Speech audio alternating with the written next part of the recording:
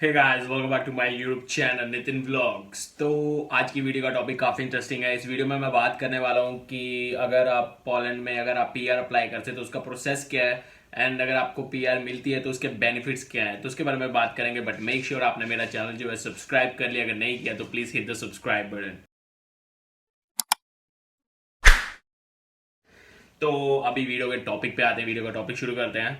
तो सबसे पहले बता दूं कि अगर आपको पीआर अप्लाई करनी है तो उसका प्रोसेस क्या है। तो सबसे मेन जो है, आपको यहाँ पे मतलब पोलैंड में 5 साल जो है कंप्लीट करने होंगे। एंड इसके अलावा अगर आप 5 साल कंप्लीट कर लेते हैं तो मतलब आपके जो लास्ट 3 ईयर का आपको कॉन्टिन्यूसली जो है यहाँ का टैक्स जो है पे किया होना चाहिए। एंड अगर वो जो टैक्स आपने पे किया है वो मिनिमम एवरी ईयर जो है लास्ट 3 ईयर्स का काउंट होगा। वो लास्ट 3 ईयर्स आपने कॉन्टिन्यूसली जो टैक्स पे किया है एंड वो मोर देन 30,000 एनुअली आपने पे किया है। मतलब आपकी जो एनुअली इनकम है वो मोर देन 30,000 है। तो वो आपका अकाउंट होता है, वो पेपर होता है। एंड इसके अलावा जो मेन है यहाँ पे जो इनका भी इन्होंने क्राइटेरिया रखा हुआ है, जो अगर आपको मतलब पीआर चाहिए तो उसके लिए आपको यहाँ का बी वन जो लैंग्वेज टेस्ट है वो आपको पास करना होगा। तो साल में 3 बार वो एग्ज़ाम होता है, वो आपको एग्ज़ाम पास करना होता है, बी वन लेवल का होता है।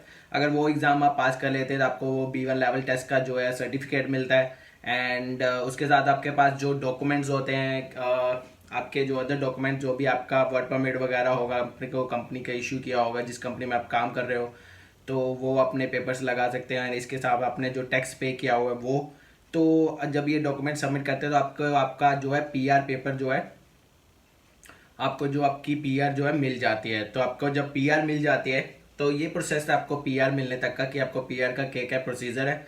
आपका जो टैक्स है, आपके बी वन लेवल सर्टिफिकेट चाहिए, वो टेस्ट का क्लियर होना चाहिए।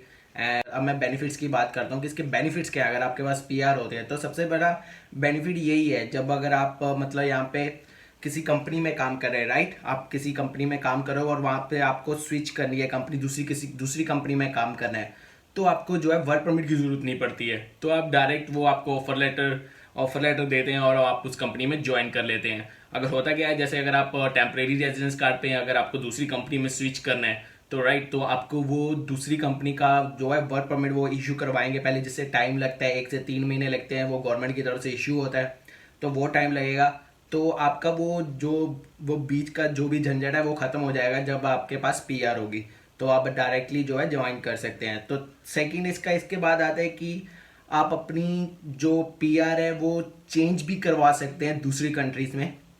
तो ये भी एक इम्पोर्टेंट है। जैसे आप मतलब आप अपनी पीआर को आप जर्मनी में चेंज करवा सकते हैं, मतलब कन्वर्ट करवा सकते हैं, वहाँ पे फ्रांस में कन्वर्ट करवा सकते हैं, स्वीडन में कन्वर्ट करवा सकते हैं आप।